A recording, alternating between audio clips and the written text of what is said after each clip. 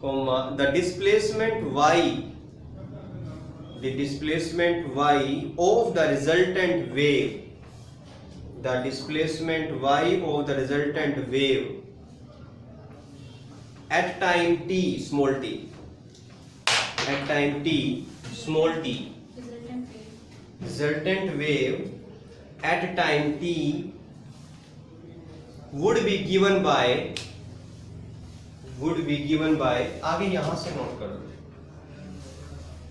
would be given by आगे यहां से as it is नोट कर दो।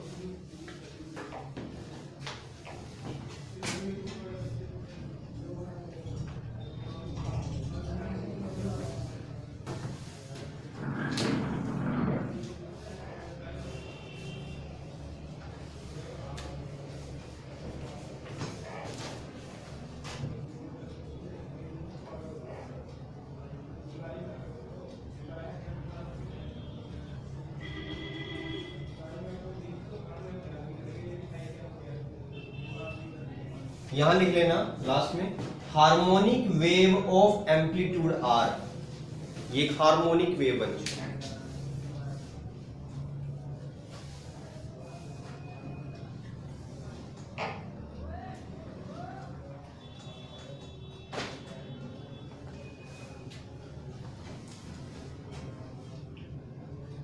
Scaling and adding equation second है।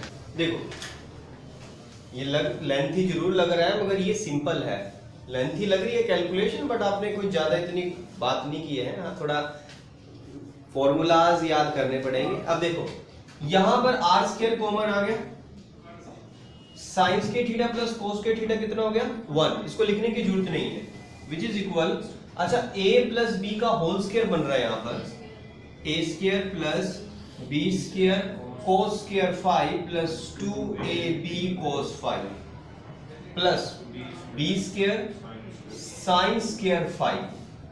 ठीक है, अब कुछ और कॉमन आ सकता है, यहां b स्क्वायर है यहां b स्क्वायर है, देखो a square plus b square, अगर यहां से b स्क्वायर लिया तो बच गया यहां cos स्क्वायर 5 और वहां बच गया sin square 5 again 2ab cos 5, तो ये क्या बन गया 1।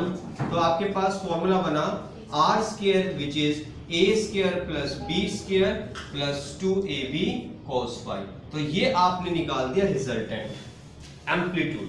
अब एम्पलीट्यूड जितना ज्यादा होगा वेव का मतलब उतनी ज्यादा रोशनी मिल रही है, ज्यादा रोशनी का मतलब है इंटेंसिटी, लाइट की इंटेंसिटी, उसकी स्ट्रेंथ। तो यहां पर देखो एक होता है फोटोन पिक्चर, जैसे हम पढ़ते हैं ना, जब आगे कुछ क्वेश्चंस भी आपको बताऊंगा, एक होता है वेव पिक्चर ऑफ लाइट, एक होता है फोटोन पिक्चर ऑफ लाइट, मतलब लाइट को फोटोन की तरह ट्रीट करो या लाइट को वेव की तरह ट्रीट करो। जब लाइट को फोटोन की तरह ट्रीट करते हो तो वो फोटोन्स एनर्जी के पैकेट्स होते हैं, मतलब एक एक पार्टिकल को अलग अलग आप मान सकते हो। बट जब वेव की तरह ट्रीट करते हो तो आप उसकी वेव का एम्पलीट्यूड देखते हो, जब जितना बड़ा एम्पलीट्यूड उतना ज्यादा रोशनी होती है। तो यहाँ पर as per the wave picture of light जो इंटेंसिटी होती है वो डायरेक्टली प्रोपोर्शनल टू एम्पलीट्यूड का स्केयर होता है। ये हमें थोड़ा सा बेसिक में समझाया जाता है कि जितनी ज्यादा एम्पलीट्यूड मिलेगा उतना ज्यादा रोशनी मिलेगी। ठीक है, तो ये चीज एक मैं आपको एक लैंग्वेज लिखवाऊंगा, पहले लिख ले फिर समझ लेते हैं। अगर इंटेंसिटी आर स्क्वायर के डायरेक्टली प्रोपोर्शनल है, बट आर स्क्वायर तो ये है, इसका मतलब जो इंटेंसिटी है वो डायरेक्टली प्रोपोर्शनल है A square plus B square plus 2ab cos 5 के। जब प्रोपोर्शन साइन हटा दोगे तो कांस्टेंट आ जाएगा k, a square plus b square plus 2ab cos 5। अब जो ये फॉर्मूला आपका तैयार हो गया है यही बताएगा कि ब्राइट फ्रिंज बनेगा या डार्क बनेगा। अगर ये मैक्सिमम है तो ब्राइट बनेगा, अगर ये मिनिमम है तो डार्क बनेगा। लॉजिक क्लियर है? सिर्फ ये फॉर्मूला मैंने जनरेट करना था, यही आगे की कैलकुलेशन देगा कि आगे ब्राइटनेस आएगी या डार्कनेस आएगी। ठीक है, अब यहां तक नोट कर लो, फिर मैं एक लैंग्वेज बनाता हूं। लिखो, सभी लिखो, यहां तक लिख लो। लिखो लिखो।